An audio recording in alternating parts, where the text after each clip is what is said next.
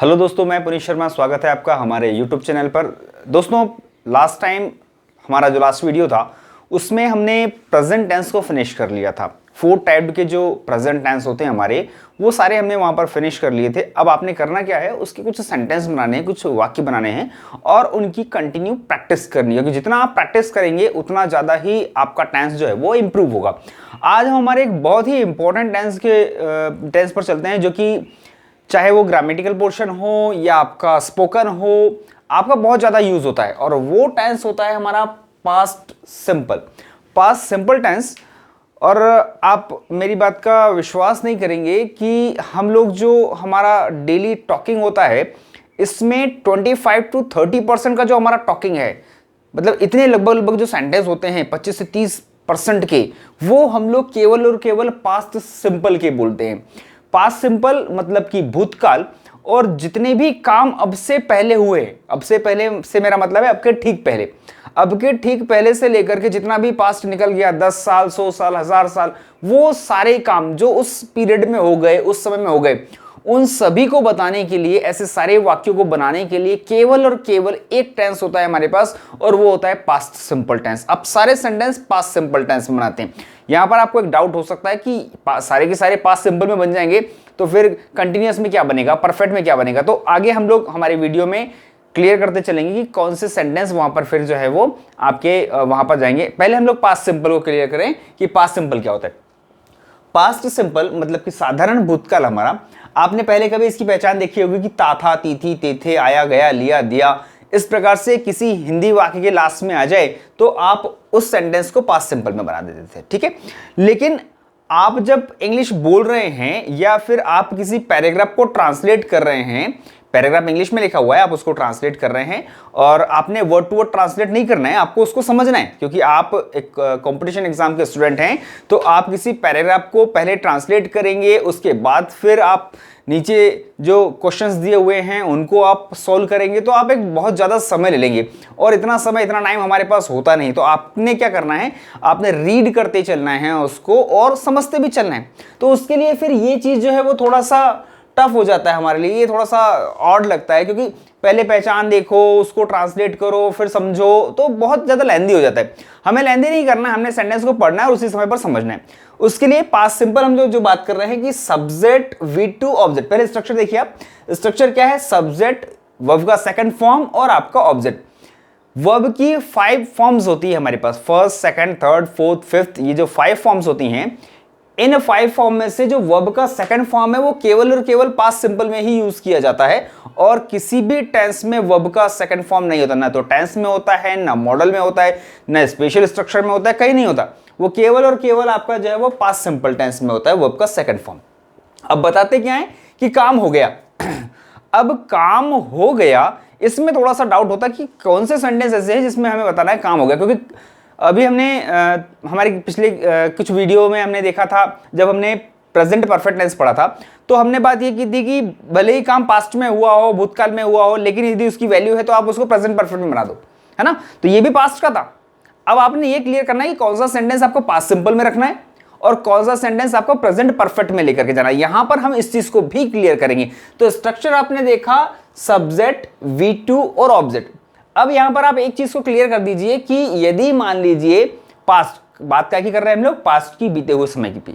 तो बीते हुए समय में किसी कार्य की वैल्यू, किसी काम का जो वैल्यू होता है, इंपॉर्टेंस होता है, यदि वो आज भी है तो आप उसको कहां लेकर के चले जाएंगे, प्रेजेंट परफेक्ट में। लेकिन काम पास्ट में हो गया, भूतकाल में हो गया, और अब हमें उससे मतलब नहीं है, वो काम पूरा हो गया है और वो हमारे लिए कोई मायने नहीं रखता। तब हम क्या करेंगे, तब हम ऐसे सेंटेंस को पास्ट सिंपल टेंस में रखेंगे। जैसे एक सेंटेंस हमने बोला कि अशोक मेरे घर आया था।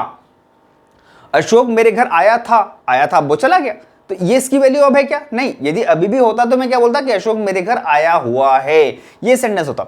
लेकिन अशोक मेरे घर आया था, आके चला गया, तो इस काम की, इस वर्क की जो वैल्यू है वो खत्म हो गई, अब उसकी इंपॉर्टेंस नहीं है, मतलब एट प्रेजेंट अशोक यहां पर नहीं है। तब हमने सेंटेंस यूज किया कि अशोक कैम मैं हूं। अब देखिए, अशोक आया था तो अशोक हमारा सब्जेक्ट हो गया, वर्ब का सेकंड फॉर्म लगाया हमने यहां पर कैम, कम का सेकंड फॉर्म हो जाएगा कैम, तो अशोक कैम मेरे घर, तो my home, Ashok came my home, Ashok मेरे घर आया था, ये पास्ट की बात है। पापा ने मुझे पैसे दिए। अब यहां पर था लग रहा है या नहीं लग रहा है, आप इससे अंडरस्टैंड मत कीजिए कि था आया है तो ही पास्ट होगा, था नहीं आया है तो पास्ट नहीं होगा, उससे कोई फर्क नहीं पड़ता कि हिंदी में आपके पास क्या है। आपने बोला कि पापा ने मुझे पैसे दिए। अब मैं यदि इसको सिर्फ इतना बोल दूं कि पापा ने मुझे पैसे दिए, या इसमें मैं थे भी लगा दूं, तो कोई फर्क नहीं पड़ना सेंटेंस में। सेंटेंस वही रहेगा कि पापा ने मुझे पैसे दिए थे या पापा ने मुझे पैसे दिए, दोनों का एक ही अर्थ है। भूतकाल में दिए थे, पास्ट में दिए थे, बीते हुए समय में दिए थे, अब मैंने वो पैसे खर्च कर दिए। तो सेंटेंस क्या बना?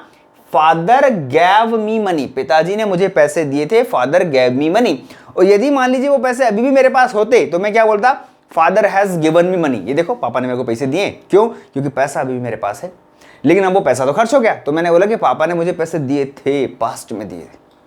तो father gave me money. Second sentence हम लोगों ने रखा वह बाजार गया। जैसे कई बार कोई हमारे घर आता है, फिर कोई पूछता है कि वो दिलीप कहाँ है, अशोक कहाँ है, मनोज कहाँ है, तो आप बोलते वो तो गया।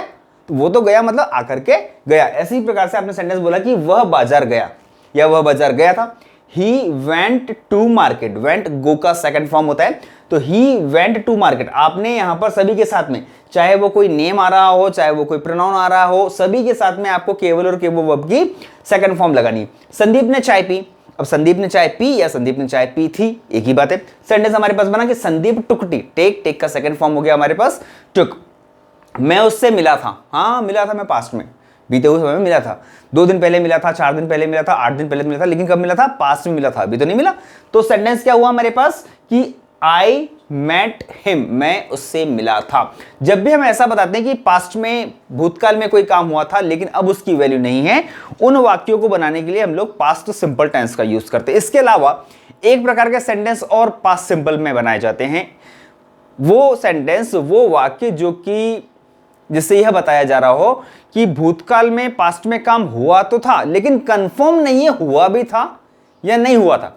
जैसे आपके साथ कोई घटना घटी थी, आप वो बता रहे हो कि मैं गया था और मैंने देखा। ठीक है भाई, आप गए थे, आपने देखा होगा, मुझे तो कंफर्म नहीं है ना, मुझे आप कोई प्रूफ तो नहीं दे रहे हो कि वाकई में काम हुआ।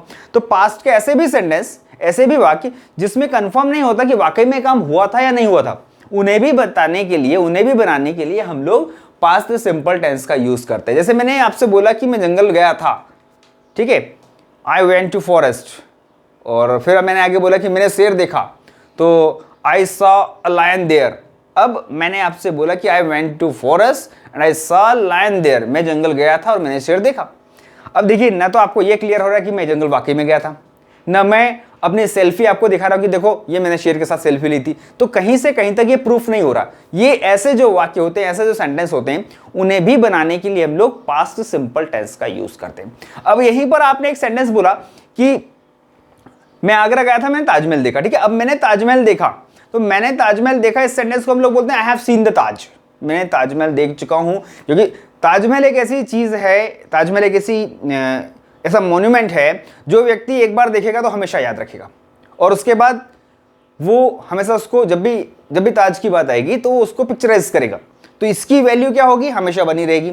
मैंने आपको लास्ट वीडियो में बोला था कि यदि पास्ट के सेंटेंस की वैल्यू है तो उसको आप कभी भी पास्ट सिंपल में नहीं बोलेंगे, पास्ट में नहीं बोलेंगे, आप उसे कहां रखेंगे? प्रेजेंट परफेक्ट टेंस में रखेंगे। तो ऐसे सेंटेंस आपको थोड़ा सा यहां पर देखना है कि प्रेजेंट परफेक्ट में कौन सा जाएगा और पास्ट सिंपल में कौन सा जाएगा। वैल्यू यदि है तो प्रेजेंट परफेक्ट में रख दो, वैल्यू नहीं है तो पास्ट सिंपल में रख दो। बहुत ही आसान है आपको इन दोनों को अलग अलग करना। चलिए वेल, हम लोग इसके नेगेटिव इंटरोगेटिव पर चलते हैं। 4 टाइप के जो सेंटेंस हमारे बनते हैं। तुमने यह पुस्तक पढ़ी। अब एक सेंटेंस आपने बोला कि तुमने यह पुस्तक पढ़ी, ये आपका अफर्मेटिव सेंटेंस है। आपने यूज किया कि यू रीड दिस बुक। अब यहां पर रीड, आप देखिएगा, रीड लिखते ही वैसे हैं, स्पेलिंग सेम होता है, लेकिन इसका प्रोनाउंसिएशन जो है वो डिफरेंट हो जाता है। आप जब इसे फर्स्ट फॉर्म में बोलते हैं तो रीड होता है, और सेकंड फॉर्म में बोलते हैं तो इसको हम लोग रेड बोल देते हैं। तो आप इसे यहाँ पर रेड बोलेंगे कि यू रेड दिस बुक। आप रीड नहीं बोलेंगे, आप रेड बोल देंगे, यू रेड दिस बुक। अब आपने बोला कि तुमने यह पुस्तक नहीं पढ़ी, मना कर देना, नहीं आपने तो नहीं पढ़ी, मुझे नहीं लगता कि आपने पढ़ी हो। तो सेंटेंस होगा कि you did not read this book. अब आप यहां पर क्या करेंगे कि did as a helping verb use करेंगे। जैसे हमने जब प्रेजेंट सिंपल टेंस पढ़ा था, प्रेजेंट सिंपल टेंस में आपके पास कोई हेल्पिंग वर्ब नहीं थी, कोई सहायक क्रिया नहीं थी, तब क्या करा था आपने? तब आपने डू का यूज किया था एज ए हेल्पिंग वर्ब। इसी डू का सेकंड फॉर्म होता है डिड। तो डिड को एज ए हेल्पिंग वर्ब यहां पर हमने यूज कर लिया और उसके साथ में नॉट लगा दिया। एंड देन यहां मैंने प्रोनाउंस किया था इसको रेड, और यहां पर मैं बोल रहा हूं रीड, क्यों? क्योंकि जब ऑलरेडी आपका डू का सेकंड फॉर्म डिड लग गया तो आपकी मैन वर्ब है जो वो काय में आ जाएगी, फर्स्ट फॉर्म में आ जाएगी। तो आपने यूज किया you did not read this book, आपने यह पुस्तक नहीं पढ़ी।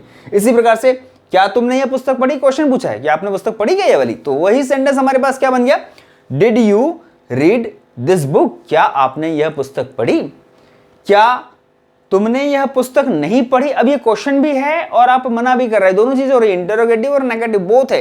तो सेंटेंस हमारे पास बना कि did you not read this book, क्या तुमने यह पुस्तक नहीं पढ़ी। यहां पर एक छोटा सा डाउट हो रहा होगा क्योंकि मैंने रीड लिखा है, तो रीड में आपका दोनों फॉर्म सेम हो रहे हैं। एक सेंटेंस हम लोग और डिफरेंट यहां पर देखते हैं, यह वह बाजार गया था, वह बाजार गया, अभी हम लोगों ने सेंटेंस बनाया था। इसी को जब आप नेगेटिव बनाएंगे तो आप क्या करेंगे, he did not go to market.